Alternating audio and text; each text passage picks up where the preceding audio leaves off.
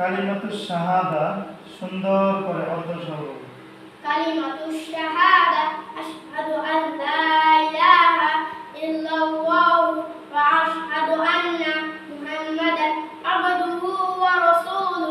কালিমাতুশ শাহাদাতের অর্থ আমি সাক্ষ্য দিতেছি যে আল্লাহ তাআলা ব্যতীত ইবাদতের উপযুক্ত আর কোনো মাবুদ নাই।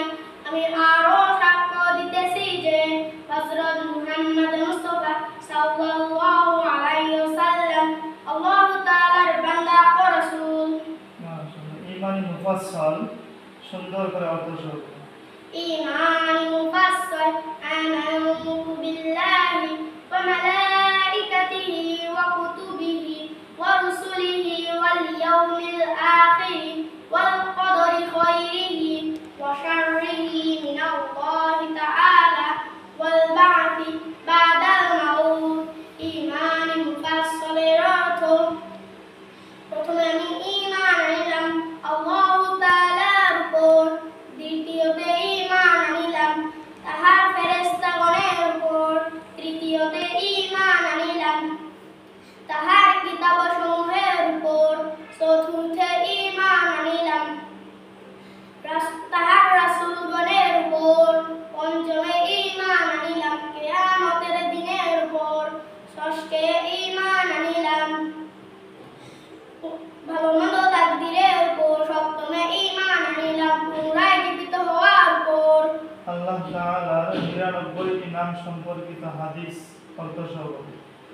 عن أبي هريرة رضي الله تعالى عنه قال قال رسول الله صلى الله عليه وسلم إن لله تعالى 99 اسما من أحصاها دخل الجنة। হযরত আবু হুরায়রা রাদিয়াল্লাহু তাআলা আনহু হতে বর্ণিত, তিনি বলেন যে রাসূলুল্লাহ সাল্লাল্লাহু আলাইহি ওয়াসাল্লামের 99টি নাম আছে। রাসূলুল্লাহ সাল্লাল্লাহু আলাইহি ওয়াসাল্লাম বলিয়াছেন, আল্লাহ তাআলার 99টি নাম আছে, যে উহা মুখস্থ করিবে সে জান্নাতে প্রবেশ করিবে। আসমাউল হুসনা আল হালিমুল হইতে আল হাকিম পর্যন্ত সুন্দর করে পাঠ করবে। আল হালিমুল আযীমুল গফুরুশ শাকুরুল আলীম আল কবীরুল হাফিজুল মুকীতুল হাসিবুল জালিল আল করিমুর রকীবুল মুজিবুল ওয়াসিউল হাকীম। আল কওয়িয়ুল হইতে আল ওয়াজিব পর্যন্ত। আল কওয়িয়ুল মাতিনুল ওয়ালিয়ুল হামিদুল মুহসিনুল মুবদি আল মুঈদুল মুহয়িল মুমীতুল হাইয়ুল কাইয়্যুমুল ওয়াজিদ। মাশাআল্লাহ।